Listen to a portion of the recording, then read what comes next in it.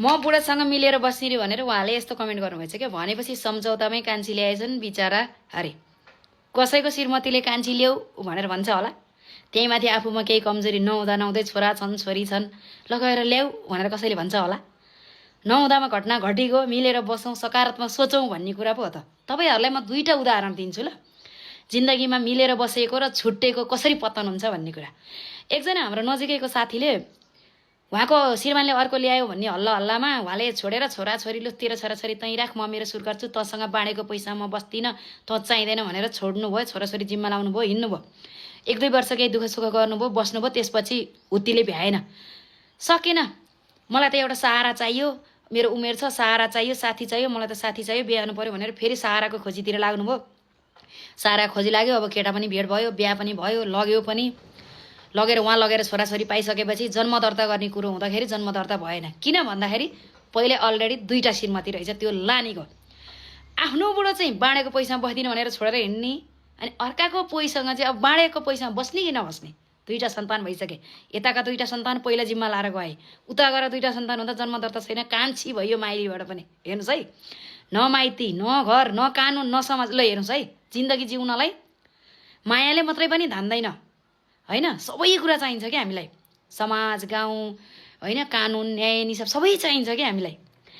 अनि त्यहाँबाट अहिले अब यता न उता भइरहनु भएको छ। उहाँ रुनुको विकल्प केही छैन, घमण्डले पतन गरायो।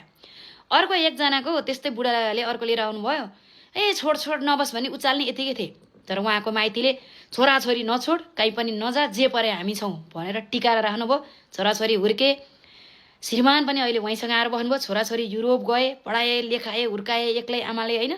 त्यही घरमा बसे, बाउको कमी पनि भएन, कागजपत्र खोज्न जानु परेन, हुर्के पढे, सबैको सहमतिमा गए। अहिले 15-20 लाख कमाउँछन् महिनाका ती छोराछोरी युरोपतिर होइन, कोही नर्समा, कोही केमा होइन।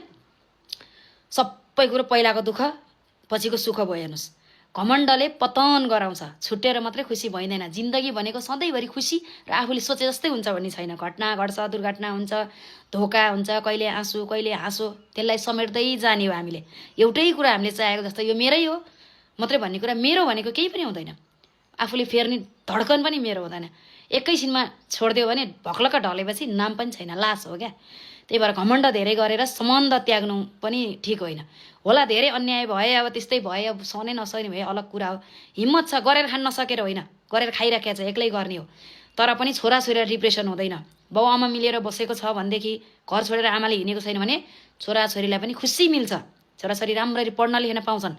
छोराछोरी डिप्रेसन कसरी हुन्छ भन्दा, छुट्टै बसिसकेपछि बाउले आमाको कुरा काट्नु पर्यो, आमाले बाउलाई नराम्रो देखाउनु पर्यो, बाउले आमालाई नराम्रो देखाउनु पर्यो। ती छोराछोरीले कसको कुरा सुन्ने भन्नु त?